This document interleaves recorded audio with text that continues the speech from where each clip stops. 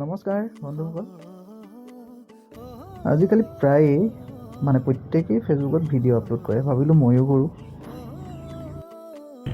আজি ওলাইছোঁ আমাৰ নিচেই দাঁতিকাষৰীয়া গাঁও লাচন গাঁৱলৈ, য'ত মিচিং সম্প্ৰদায়ৰ লোকে বসবাস কৰে।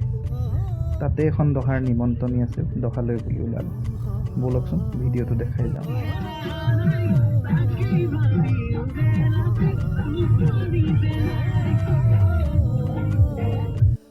আমি আহি পালোহি লাচন গাঁও। লাচন গাঁৱৰ এই গাঁৱলৈ সোমাইছোঁ। এই দলংখন খুব সৰু, গাড়ী পাৰ কৰিবলৈ বৰ দিগদাৰ।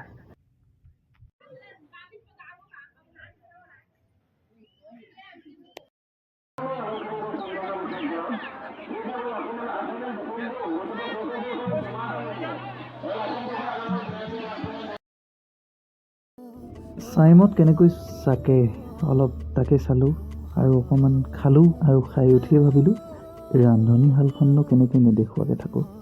তাতনো কেনেকৈ আয়োজন কৰিছে তাকেই দেখাওঁ বুলি তালৈ এপাক ওলালোঁ। ব'লকচোন ৰান্ধনীশালখন দেখাওঁ।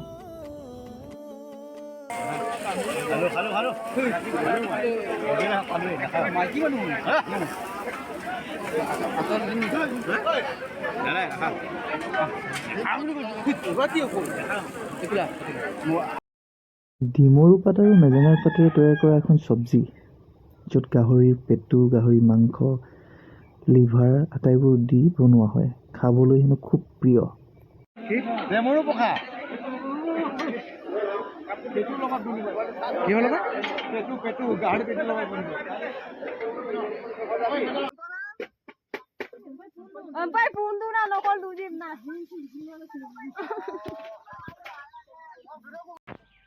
দহা ঘৰৰ পৰা আলহী ফুৰিবলৈ আহি মাছ ধৰাত ব্যস্ত।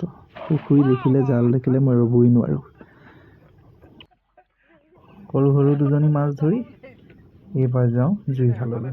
জুইশালত আড্ডা বেচিলোঁ। মই উবিক কৈ পঠিয়াইছিলোঁ যে জঙাইটো মাছ আছে, উবিক আহিব দিবিচোন বুলি।